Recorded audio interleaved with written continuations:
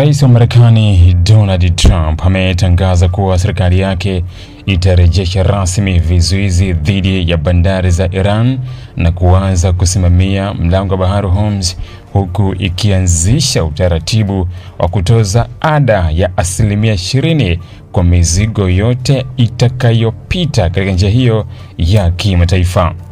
Trump amesema hatua hiyo inalenga kufidia gharama za kuhakikisha usalama wa usafiri wa baharini katika eneo ambalo limeendelea kushuhudia mvutano wa kijeshi kwa muda mrefu.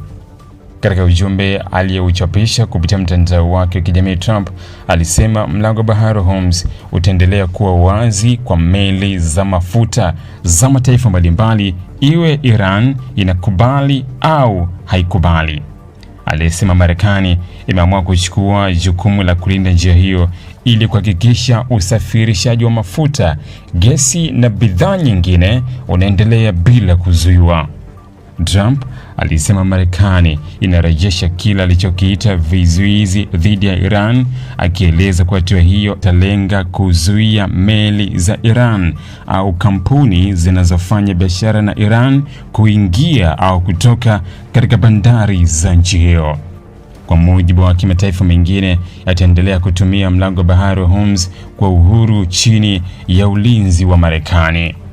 Aidha, Trump alisema kuanzia sasa Marekani itajulikana kama mlinzi wa mlango wa bahari Hormuz, akidai kuwa jukumu hilo linahitaji matumizi makubwa ya fedha kwa ajili ya doria za kijeshi baharini, ulinzi wa meli za biashara, ufuatiliaji wa usalama na kuzuia mashambulizi dhidi ya vyombo vya usafiri wa baharini. Kutokana na hilo, alisema kila mzigo utakaopita katika mlango wa bahari Hormuz utatozwa ada ya 20% ili kufidia gharama hizo. Hata hivyo, hakueleza ni nani atalipa fedha hizo, namna zitakavyokusanywa, wala msingi wa kisheria utakaotumika kutekeleza utaratibu huo. Tangazo hilo limekuja baada ya kipindi cha mvutano mkali kati ya Marekani na Iran kufuatia vita vilivyozuka baada ya mashambulizi ya Marekani na Israel dhidi ya Iran mwishoni mwa mwezi Februari.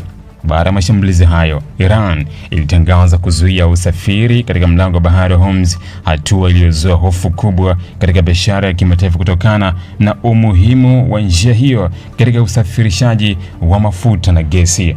Kwa mujibu wa hatua ya Iran, Marekani ilianzisha operesheni za kijeshi katika eneo la Ghuba ya Uajemi na kuweka vizuizi dhidi ya shughuli za usafirishaji zinazohusishwa na Iran. Sasa Trump anasema operesheni hizo zinaingia katika hatua mpya ya usimamizi wa moja kwa moja wa mlango wa bahari wa Hormuz. Hata hivyo, Iran imekanusha madai ya Trump na kusema kuwa bado ndiyo yenye uwezo wa kudhibiti mlango wa bahari wa Hormuz kutokana na nafasi yake ya kijiografia na uwepo wa vikosi vyake vya kijeshi katika mwambao wa Ghuba ya Uajemi. Tehran imesema hakuna makubaliano yoyote ya kimataifa yanayoipa Marekani mamlaka ya kusimamia njia hiyo au kutoza ada kwa meli zinazopita.